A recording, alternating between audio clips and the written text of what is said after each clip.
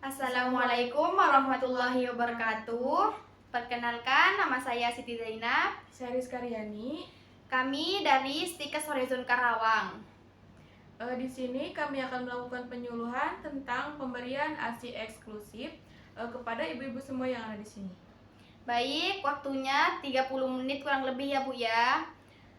Tujuan khususnya agar supaya ibu dapat memahami tentang pengertian ASI eksklusif, bagaimana mencapai ASI eksklusif, kesalahpahaman mengenai ASI eksklusif, dan bagaimana cara agar pemberian ASI pada si bayi ibu itu dapat terpenuhi. Baik, untuk mempersingkat waktu, kita langsung saja ke materinya ya ibu-ibu. Untuk materi pertama, pengertian tentang ASI eksklusif. Jadi, ASI eksklusif adalah hanya diberi pada bayi yaitu ASINya saja selama 0 sampai 6 bulan tanpa bantuan makanan apapun seperti nasi ataupun sereal berbentuk apa ya? Kayak kentang, minuman teh, susu formula itu nggak boleh ya Bu ya, sampai umur 6 bulan. Nah, kebaikan ASI menyusui secara eksklusif. Yang pertama, ASI merupakan makanan ilmiah yang baik untuk bayi, praktis, ekonomis, bahkan mudah dicerna untuk memiliki komposisi atau zat gizi yang ideal sesuai dengan kebutuhan dan kemampuan pencernaan si bayi.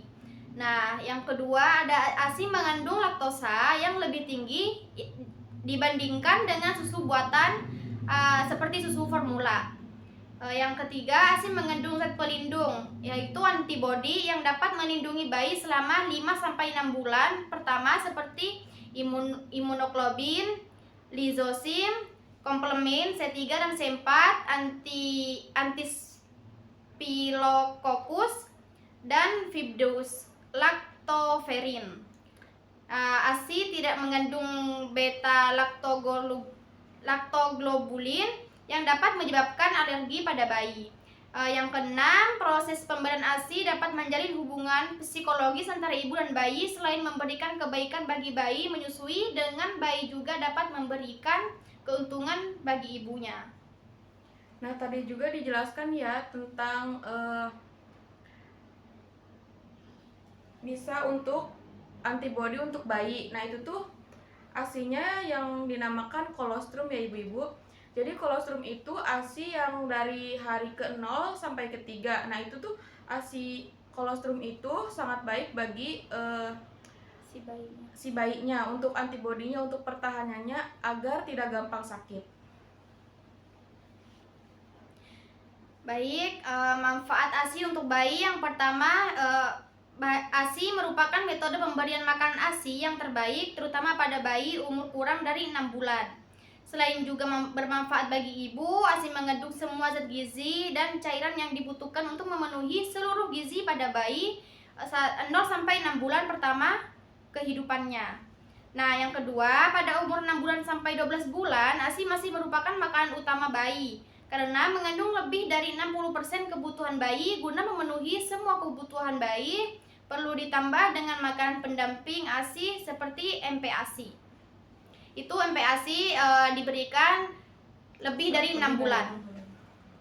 Jadi kalau misalkan masih kurang dari 6 bulan, itu harus pemberian ASI sepenuhnya atau bisa disebut juga dengan ASI eksklusif ini sendiri.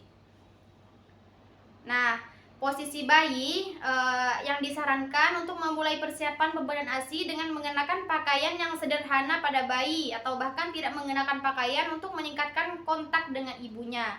Jadi si bayinya itu diletakkan kayak gini, jadi si ibunya itu gak pakai baju yang susah untuk dibuka. Bahkan kalau bisa ibunya gak usah pakai atasan, jadi agar supaya ini gampang dalam menyusui si bayinya.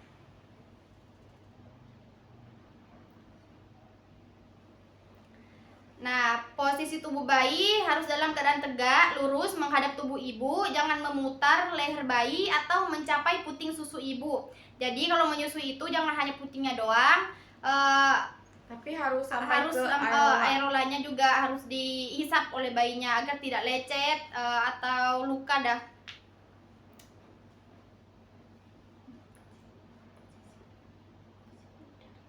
Nah, selanjutnya posisi payudara. Yang pertama itu tahan payudara atau beban payudara dengan telapak tangan dan jari jemari di bawahnya dan ibu jari di atasnya. Jauhkan dari daerah areola sehingga menjauhi daerah tempat bayi menghisap susu. Hal ini bertujuan untuk menghindari kontaminasi memulai menyusui. Selanjutnya, dekatkan mulut bayi pada puting yang sudah lembab tadi, lalu pijatlah bibir bayi dengan lembut untuk merangsang refleks menghisap pada bayi. Ketika mulut bayi terbuka, segeralah meletakkan mulut bayi di tengah payudara dan dekatkan bayi dengan erat ke tubuh ibu. Pastikan bayi menghisap hingga areola payudara, bukan puting susu ibu. Dengan ini, nyeri pada payudara selama menyusui bisa dihindari. Kemudian buatlah penyesuaian dengan irama pernapasan bayi. Baik, mungkin itu saja yang dapat kami sampaikan. Kurang lebihnya mohon maaf. Semoga ibu dapat memahami. Assalamualaikum warahmatullahi wabarakatuh.